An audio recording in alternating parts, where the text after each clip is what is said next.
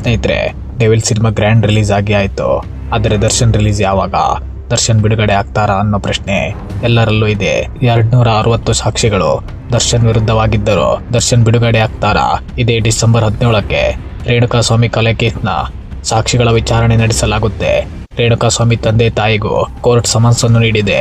260 ಸಾಕ್ಷಿಗಳ ವಿಚಾರಣೆಯ ನಂತರ ಕೋರ್ಟ್ ಅಂತಿಮ ತೀರ್ಪು ನೀಡುತ್ತದೆ. ಸ್ನೇಹಿತರೆ, ಹಾಗಾದರೆ ದರ್ಶನ್ ವಿರುದ್ಧವಾಗಿ ಸಾಕ್ಷಿಗಳು ಏನು ಹೇಳ್ತಾ ಇವೆ ಅನ್ನೋ ಕೆಲವು ವಿಚಾರಗಳನ್ನು ನಿಮಗೆ ನೀಡೋ ಪ್ರಯತ್ನ ಮಾಡ್ತೇನೆ. ವಿಡಿಯೋ ಕೊನೆವರೆಗೂ ನೋಡಿ. ವಿಡಿಯೋಗೆ ಲೈಕ್ ಕೊಟ್ಟು ನನ್ನ ಚಾನಲ್ ಅನ್ನು ಸಬ್ಸ್ಕ್ರೈಬ್ ಮಾಡಿ.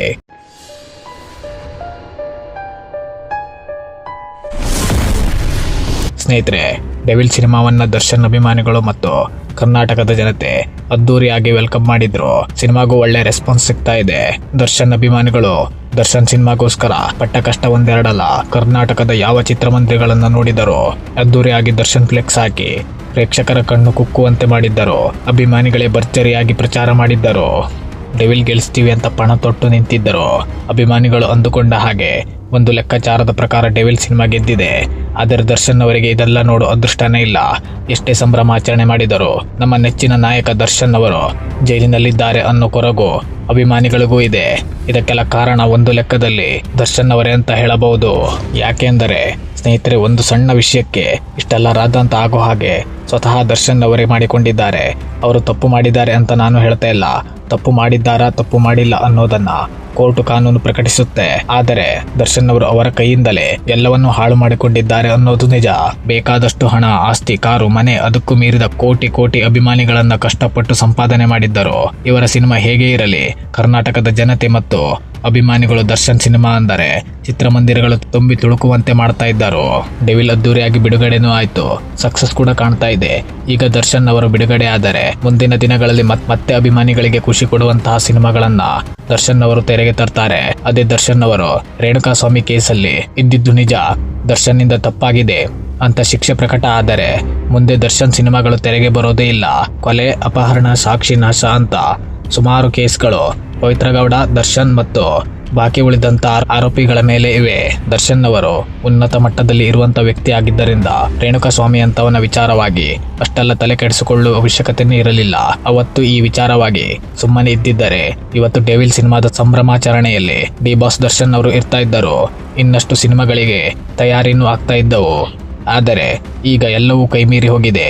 ದರ್ಶನ್ ಅವರಿಂದ ಸಹಾಯ ಪಡೆದು ಬೆಳೆದವರೆಲ್ಲ ದರ್ಶನ್ ಕೈ ಬಿಟ್ಟರು. ಅಭಿಮಾನಿಗಳು ಮತ್ತು ದರ್ಶನ್ ಪತ್ನಿ ಮತ್ತು ಧನ್ವೀರ್ ಮಾತ್ರ ಏನೇ ಆದರೂ ದರ್ಶನ್ ಜೊತೆ ಇರ್ತೀವಿ ಅಂತ ದರ್ಶನ್ಗೆ ಸಪೋರ್ಟ್ ಆಗಿ ನಿಂತಿದ್ದಾರೆ.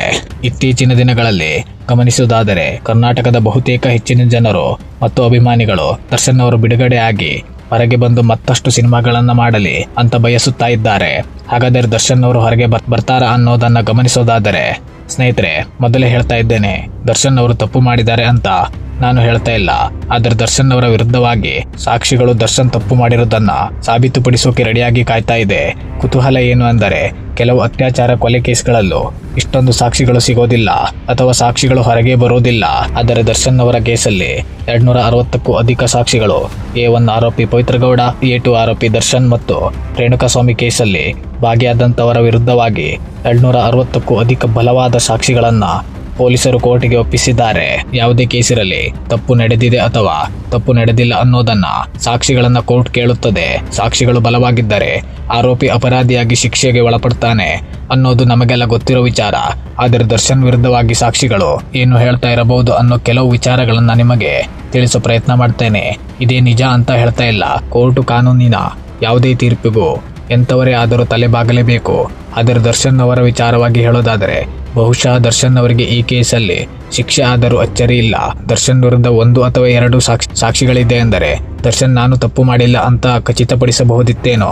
ಆದರೆ ಇವರ ಕೇಸಲ್ಲಿ ಇರೋದು ಬರೋಬ್ಬರಿ 260ಕ್ಕೂ ಅಧಿಕ ಸಾಕ್ಷಿಗಳು. ಈಗಾಗಲೇ ಕೋರ್ಟಿಗೆ ಸಾಕ್ಷಿಗಳನ್ನು ಒಪ್ಪಿಸಲಾಗಿದೆ. ಡಿಸೆಂಬರ್ 17ಕ್ಕೆ ಸಾಕ್ಷಿಗಳ ವಿಚಾರಣೆಯನ್ನು ಶುರುವಾಗುತ್ತೆ. ಸಾಕ್ಷಿ ವಿಚಾರಣೆ ಮುಗಿದ ನಂತರ ಕೊನೆಯ ಹಂತದ ತೀರ್ಪು ಪ್ರಕಟ ಆಗೋಕೆ 260 ಸಾಕ್ಷಿಗಳಲ್ಲಿ ಕೆಲವು ಸಾಕ್ಷಿಗಳು ದರ್ಶನ್ ವಿರುದ್ಧವಾಗಿ ದರ್ಶನ್ ತಪ್ಪು ಮಾಡಿದ್ದಾರೆ ಅಂತ ಸಾಬೀತುಪಡಿಸುವಲ್ಲಿ ಯಶಸ್ವಿಯಾದರೆ ದರ್ಶನ್ಗೆ ಶಿಕ್ಷೆ ತಪ್ಪಿದ್ದಲ್ಲ. 260 ಸಾಕ್ಷಿಗಳು ಆರೋಪಿಗಳ ವಿರುದ್ಧ ಏನು ಹೇಳ್ತಾ ಇವೆ ಅನ್ನೋದನ್ನ ನಾವು ಮುಂದಿನ ದಿನಗಳಲ್ಲಿ ಕಾದು ನೋಡಬೇಕು. ದರ್ಶನ್ ವಿರುದ್ಧವಾದ ಸಾಕ್ಷಿಗಳು ದರ್ಶನ್ ಪಟ್ಟಣಗೆರೆ ಶೆಡ್ಡಿಗೆ ಹೋಗಿದ್ದು, ರೇಣುಕಾಸ್ವಾಮಿ ಮೇಲೆ ಹಲ್ಲೆ ಮಾಡಿದ್ದು ಮತ್ತು ಸಾಕ್ಷಿ ನಾಶಪಡಿಸೋಕೆ ಪ್ರಯತ್ನಿಸಿದ್ದಾರೆ ಅನ್ನೋ ವಿಚಾರವಾಗಿ ಸಾಕ್ಷಿಗಳು ಸಾಬೀತುಪಡಿಸೋಕೆ ರೆಡಿಯಾಗಿರಬಹುದು. ಇದಿಷ್ಟು ಶಿಕ್ಷೆ ಆಗಬಹುದು ಅನ್ನೋ ವಿಚಾರವಾದರೆ ಶಿಕ್ಷೆ ಆಗದೇ ಕೂಡ ಇರಬಹುದು.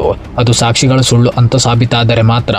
ಸ್ನೇಹಿತರೆ, ದರ್ಶನ್ ತಪ್ಪು ಮಾಡಿದ್ದಾರೋ ಮಾಡಿಲ್ಲವೋ ಅನ್ನೋದು ಕೋರ್ಟಿನ ವಿಚಾರಣೆಯ ಕೊನೆಯ ಹಂತದವರೆಗೂ ಕಾದು ತೀರ್ಪು ಪ್ರಕಟವಾದ ಮೇಲೆ ನಮಗೆ ಸ್ಪಷ್ಟತೆ ಸಿಗೋದು.